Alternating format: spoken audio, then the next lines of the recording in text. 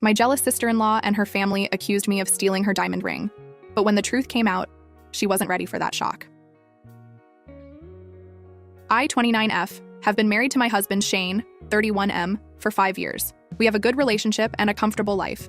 Shane has a sister, Tori, 33F, who's been married to her husband, Mike, 35M, for 8 years. Tori and I never really got along.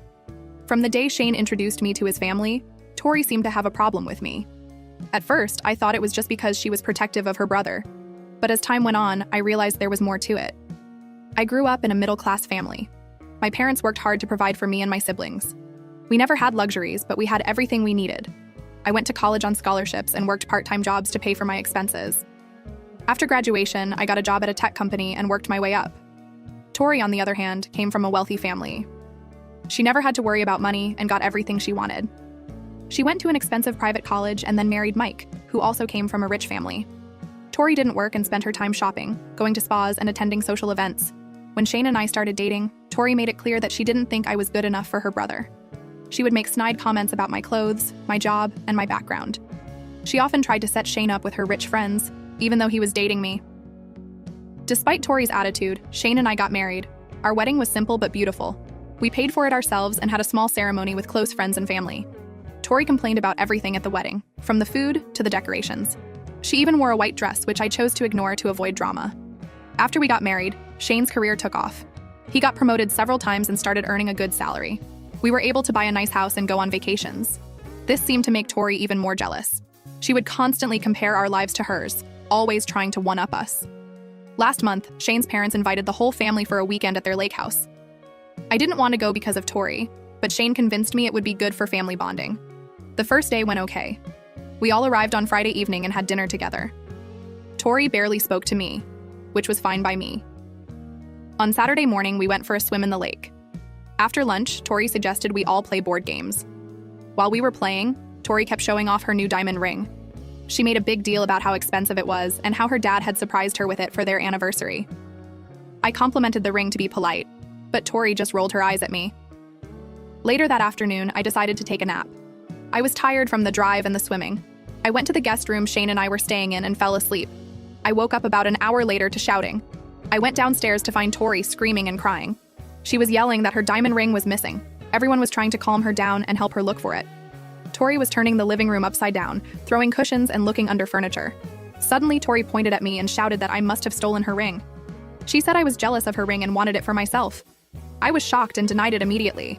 Shane defended me, saying I would never do such a thing. Tori insisted that I was the only one who had been alone in the house while everyone else was outside. She demanded that I empty my pockets and show her my bags. I was humiliated, but did as she asked to prove my innocence. The ring wasn't there, but Tori wasn't satisfied. To my horror, Mike joined in and accused me of hiding the ring somewhere. He said I must have taken it out of jealousy and suggested searching our room. I couldn't believe what was happening. I looked to Shane's parents for support, but they seemed unsure. Shane's dad suggested we all search the house thoroughly. We spent hours looking everywhere, but the ring didn't turn up. As time passed, I could see doubt creeping into everyone's eyes. Even Shane's mom, who had always been kind to me, was giving me suspicious looks. By dinner time, the atmosphere was unbearable. Tori was still crying, and Mike was comforting her while glaring at me. Shane's cousins were whispering among themselves, and I could feel their accusing stares. The breaking point came when Shane's dad pulled Shane aside. I overheard him telling Shane to man up and either make me give the ring back or pay for it. He said the ring was worth thousands of dollars, and Tori was devastated. Shane lost his temper. He shouted at his dad, saying he couldn't believe his own family would accuse me without any proof. He yelled that I was innocent and that Tori probably just misplaced the ring. This led to a heated argument, with everyone taking sides. I felt sick to my stomach. I couldn't believe this was happening. I had never stolen anything in my life, and now I was being treated like a criminal by my husband's family. In the middle of the argument, Shane grabbed my hand and said we were leaving. He told his family he was disappointed in all of them for jumping to conclusions and treating me this way. We packed our bags quickly and left despite his parents' protests. On the drive home, Shane was fuming. He kept apologizing to me and saying he couldn't believe his family would do this. I was in shock and didn't know what to say. I felt guilty for causing this rift in Shane's family, even though I knew I hadn't done anything wrong. When we got home, Shane's phone was flooded with messages from his family. Tori was demanding we pay for the ring. Mike had sent a long text accusing me of ruining their lives over my jealousy. Shane's parents were asking him to be reasonable and come back to sort things out. Shane blocked all their numbers that night. He said he didn't want to talk to any of them until they apologized to me. But I could see how much this was hurting him. He loved his family, and this rift was tearing him apart. A week has passed and the situation hasn't improved. Tori has been posting on social media about how I stole her precious anniversary gift. Some of Shane's extended family members have reached out, urging us to do the right thing and pay for the ring to keep the peace. I'm at a loss. I know I didn't take the ring, but I have no way to prove it. Shane believes me, but I can see the toll this is taking on him. He's lost weight and isn't sleeping well. He's even considering changing jobs so we can move to a different city and get away from all this drama. Part of me wonders if we should just pay for the ring to make this all go away. But it's a lot of money, and more importantly, it would be admitting to something I didn't do. I'm afraid if we give in now, Tori will hold this over my head forever. I never wanted to come between Shane and his family. Despite our differences, I always hoped Tori and I could eventually get along. Now it seems like that will never happen. I don't know what to do. Should I insist on my innocence even if it means Shane loses his family? Should we pay for the ring to keep the peace? How can I prove I didn't take something when there's no evidence either way? This whole situation has been a nightmare. I've lost sleep, I can't focus at work, and I'm constantly anxious. Shane says he'll support me no matter what, but I can see how much this is hurting him too.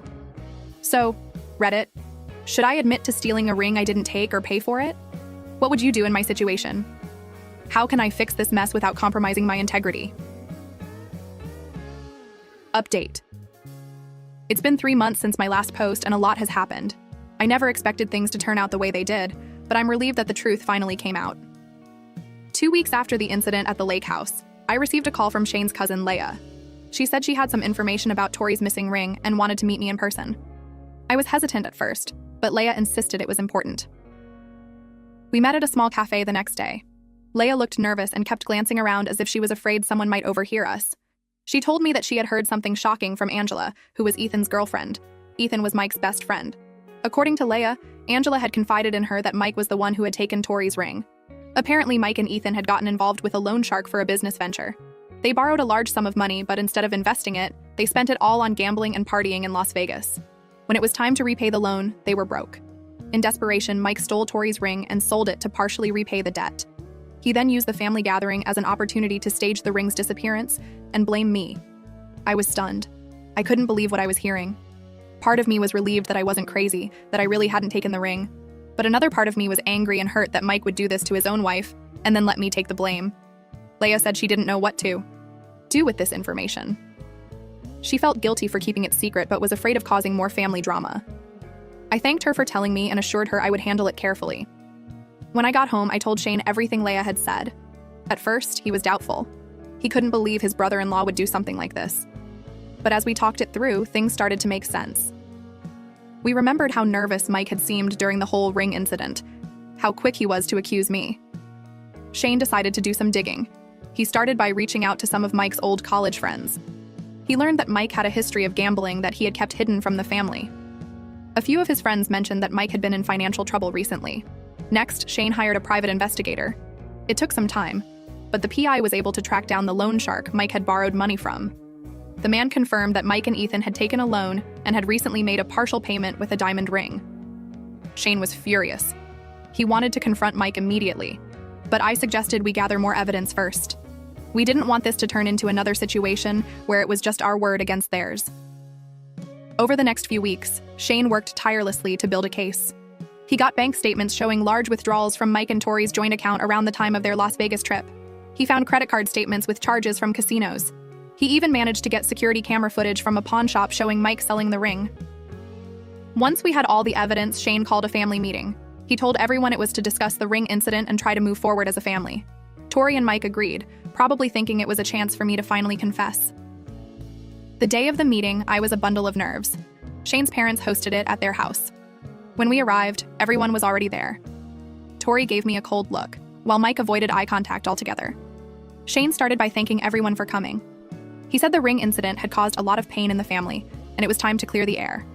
Then, he dropped the bombshell. He told them he knew what really happened to the ring. The room went silent. Tori looked confused while Mike went pale. Shane then proceeded to lay out all the evidence we had gathered. He showed them the bank statements, the credit card bills, the pawn shop footage.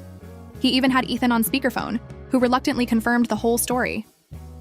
As Shane spoke, I watched the expressions on everyone's faces change: shock, disbelief, and then anger. Tori burst into tears, asking Mike if it was true. Mike broke down and admitted everything. He said he never meant for it to go this far, that he was going to find a way to get the ring back. Tori was devastated. She couldn't believe Mike had stolen her ring and then let an innocent person take the blame. Shane's parents were shocked and embarrassed. They turned to me and apologized profusely for doubting me. The meeting ended with Mike leaving the house in shame and Tori staying behind, too upset to go with him. Shane's dad hugged me and said he was sorry for telling Shane to make me pay for the ring. Shane's mom was in tears, begging for my forgiveness. In the days that followed, I received calls and messages from various family members. They all apologized for believing I was capable of stealing and for treating me badly. Some sent flowers or gift baskets as peace offerings. Tori called me a week after the meeting. She apologized for accusing me and for all the mean things she had said and done over the years. She admitted that she had always been jealous of me and my relationship with Shane. She said she was filing for divorce from Mike and asked if we could start over. I was suspicious at first, but I could hear the genuine guilt in her voice. I told her I forgave her, but that it would take time to rebuild trust. She understood and said she was willing to put in the effort. As for Mike, he moved out of their house and into a small apartment. He lost his job when his employer found out about the gambling and the loan shark. Last I heard, he was attending Gamblers Anonymous meetings and trying to turn his life around. Shane and I had long talks about everything that had happened. He felt guilty for not believing in me more strongly from the beginning. I assured him that I understood how difficult the situation had been and that I appreciated his support throughout. We also discussed our relationship with his family moving forward. We agreed that while we would try to maintain good relationships, we would be more cautious about getting involved in family dramas in the future. The whole experience brought Shane and me closer together. We realized how strong our bond was and how we could rely on each other even when everyone else doubted us. It also made us appreciate the importance of trust and honesty in a relationship. Tori kept her word about wanting to improve our relationship. She started inviting me for coffee or lunch, just the two of us. At first, our conversations were awkward and stilted, but over time, we found common ground. She opened up about her insecurities and the pressure she felt growing up in a wealthy family. I shared stories about my own struggles and how I built my career from scratch. Slowly but surely, things began to change. At family gatherings, Tori no longer made snide comments or tried to one-up me. Instead, she was friendly and even defended me when some of the more distant relatives brought up the ring incident. Shane's parents went out of their way to make me feel welcome and included. They often called just to check in on me and invited us over for dinner frequently. Shane's dad even asked for my advice on some business matters, saying he valued my perspective. As for the ring, it was never recovered. The loan shark had already sold it by the time we found out the truth. Tori was upset about losing her dad's gift, but she said the experience taught her that material things weren't as important as trust and family. Leia, the cousin who had initially told me about Mike's actions, became a close friend.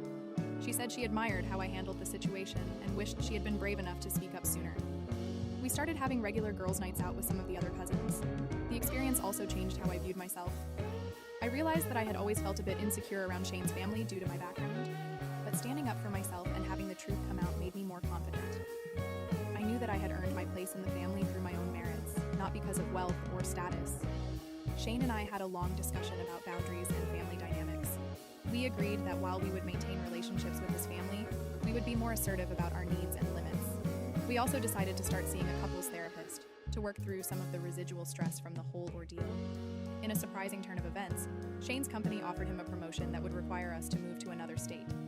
After careful consideration, we decided to take it. We saw it as an opportunity for a fresh start, away from the lingering awkwardness of the ring incident. When we announced our decision to the family, there were mixed reactions. Some were sad to see us go, while others understood our need for space. Tori, in particular, seemed disappointed, but said she respected our decision. She promised to keep working on our relationship long distance. As we packed up our house and prepared for the move, I reflected on everything that had happened. The false accusation, the family drama, the revelation of the truth. It all seemed surreal. I never imagined that a missing ring could cause so much chaos and then lead to so much personal growth. I learned valuable lessons about standing up for myself, the importance of gathering evidence before making accusations, and the power of forgiveness. I also learned that family dynamics are complex, and that it's okay to set boundaries, even with relatives. Shane and I are excited about our new adventure in a new city. We're looking forward to building a life away from the shadow of past family dramas. We plan to visit during holidays and keep in touch. but we're also eager to establish our own traditions and social circle. As for Tori, our last conversation before the move was surprisingly emotional. She thanked me for giving her a second chance and said she was committed to being a better sister-in-law and friend. She even joked that she might visit us in our new city to prove she could be fun without her fancy clothes and expensive jewelry. Looking back, I never could have predicted how things would turn out when I wrote my original post. Life has a way of surprising us, and sometimes the truth is stranger than fiction. While I wouldn't wish the experience on anyone, I'm grateful for the growth and changes it brought about in my life and relationships.